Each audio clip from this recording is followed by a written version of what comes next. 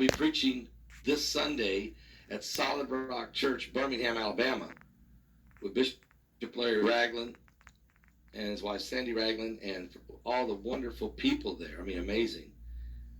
So I hope if you can be in attendance live, I'd love to get to meet you. Come up and introduce yourself. Walk up to us. Let us know who you are.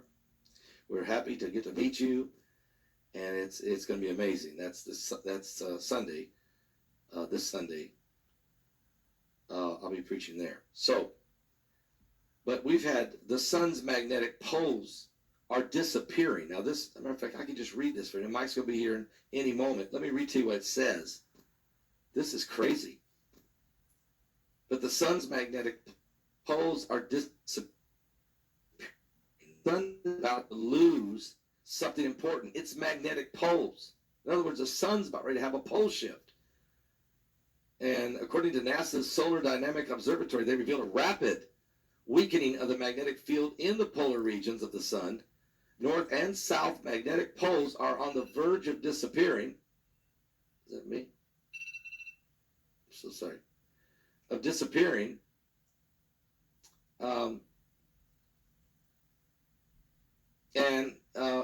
This will lead to a complete reversal of the sun's global magnetic field by the end of the year,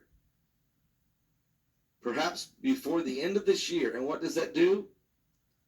If this happens on the earth, what's it do to the earth? There will be widespread alarm, because past reversals of our planet's magnetic field have been linked to calamities ranging from sudden extreme climate change to even an extinction protocol. In fact, a solar physicist at Stanford University, Todd Hokusimiya, and I said his name horrible, this happens every 11 years, but we don't normally lose the poles. We go from minimum to max solar cycles, but we don't usually have pole shifts on the sun. But they're disappearing, they're weakening, it's going to happen. And it's going to affect the earth with calamities, whatever that could be. I mean, we need that, don't we? No.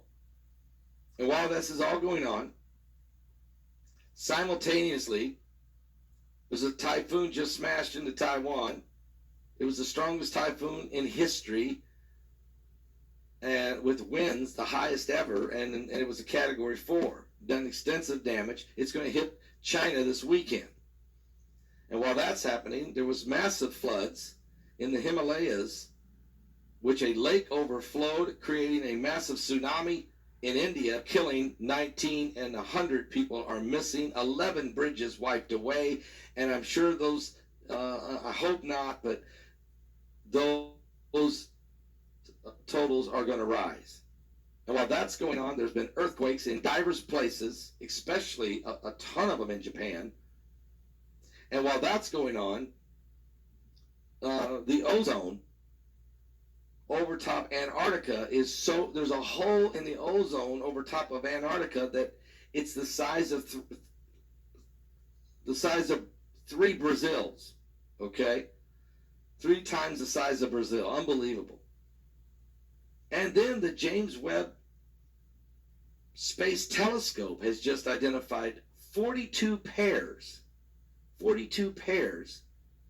of objects in the constellation of Orion that we didn't know existed.